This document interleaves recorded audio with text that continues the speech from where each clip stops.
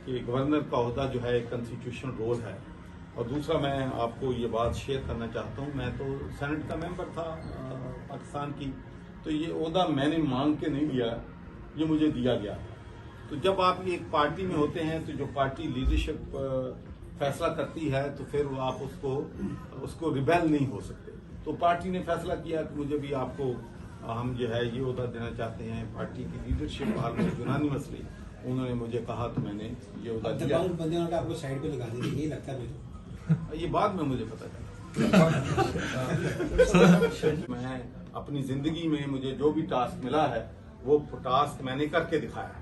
तो मैं समझता हूँ कि अगर मेरे पास कोई बड़ा टास्क होता तो मैं यकीनन कि हमारे मुल्क का सबसे बड़ा अलमिया ये है कि हमने अदारों को मजबूत नहीं किया या होने नहीं दिया। सक्सेस हम पर्सनैलिटीज जो हैं उनके पीछे भागते हैं, लेकिन अदारों को मजबूत करने की तरफ नहीं सोचते। और मैं आपको ये कहना चाहता हूं कि हमने रेस्क्यू 1112 एक परफेक्ट एग्जांपल है।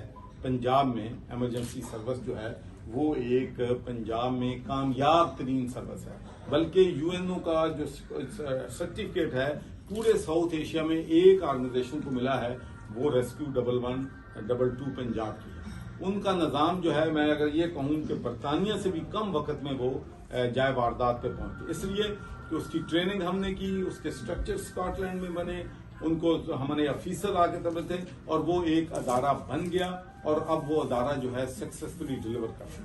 उसके बाद शहबाज शरीफ जब चीफ मिनिस्टर थे और नवाज शरीफ प्राइम मिनिस्टर थे तो उस वक्त हमने ओवरसीज पंजाब कमीशन बनाया।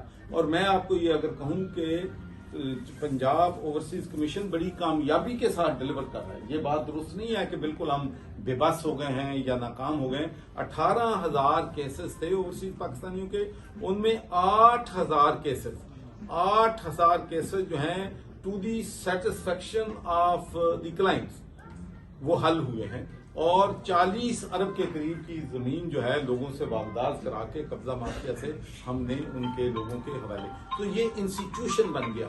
तो इसलिए मैं समझता हूं कि जब तक हम अपने पुलिस को एक इंस्टीट्यूशन नहीं बनाएंगे, जुडिशरी में होलसेल रिफॉर्म नहीं लेके आएंगे कि वहां पर स्पीडी जस्टिस हो। देखें, हम लोग यहाँ पर कहते हैं कि delay in justice is denial of justice. कौन नहीं जानता कि पाकिस्तान में 10 साल का एक जनरेशन केस शुरू करती है, दूसरी जनरेशन में भी चल रहा है। तो इसके लिए मैं समझता हूं कि we need wholesale reform in judiciary, in police, in prosecution. देखें, क्रिमिनल जस्टिस सिस्टम के 4 कंपोनेंट्स हैं। सबसे पहले इन्वेस्टिगेशन है। हमारी इन्वेस्टिगेशन अदालतों के जजेस कह रहे हैं, मैं नहीं कह रहा कि नाकस होती है। प्रोसिक्यूशन नाम की हमारे पास चीज नहीं है। जुडिशरी में साल फैसले नहीं होते।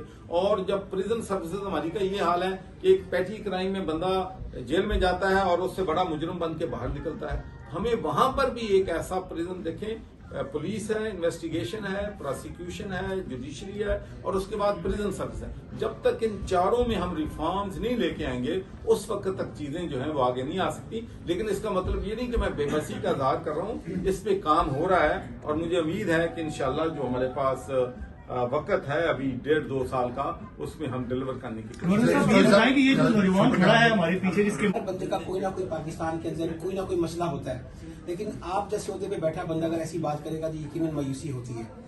आप अगर मैं कहूँ कि तरीके इंसाफ की पंजाब में कौन से 3 अच्छे काम किए जिसको आप बता सकते हैं?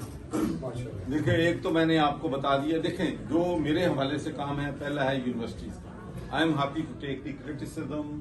कोई आपकी नेगेटिविटी, कोई इश्यू हो, I take the full responsibility. दूसरा, मुझे जो जॉब दिया गया था या मुझे टास्क था वो पीने का साफ पानी था। और मैं आपको ये कहना चाहता हूँ कि इंशाल्लाह हम अगले एंड ऑफ मार्च तक, अगले फाइनेंशियल ईयर के एंड तक 15 मिलियन लोगों को पंजाब में पीने का साफ पानी जो है वो प्रोवाइड कर देंगे। उसमें हमारे NGOs भी हिस्सा ले रहे हैं, इसमें हमारे मुखियर हजरात भी हमें मदद रहे हैं और हमने एक वाटर अथॉरिटी बनाई है जो लोगों को पीने का साफ पानी जो है इंशाल्लाह प्रोवाइड करेगी। Urban and rural all area.